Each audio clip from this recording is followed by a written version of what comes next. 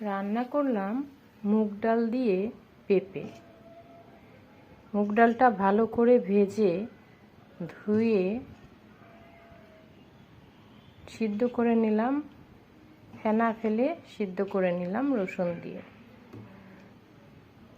তারপর ভালো করে ঘুটে হলুদ, লবণ, কাঁচামরিচ দিলাম, দিয়ে পেঁপে দিয়ে দিলাম। পেঁপে দেওয়ার পরে কিছুক্ষণ রান্না করে তেলে দিলাম একটু শুকনো মরিচ, একটু আস্ত জিরা, তেজপাতা, এক টুকরো রসুন কুচি আর পেঁয়াজ কুচি দিয়ে ভালো করে ভেজে বাগার দিলাম। হয়ে গেল টেস্টি মজাদার মুগ ডাল দিয়ে পেঁপে। পেঁপের মুগ ডাল বলে।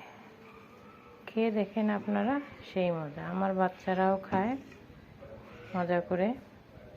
গরমের সময় ভালো। মসুর ডালে যেহেতু অ্যালার্জি সমস্যা আছে, গ্যাস্ট্রিকের সমস্যা হয়, অ্যাসিডিটি হয়, সেহেতু মসুর ডাল দিয়ে আগে রান্না করতাম, এখন করি না, মুগ ডাল দিয়ে রান্না করি।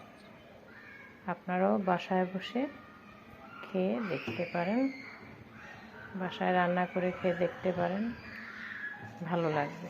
আশা করি ভালো লাগবে।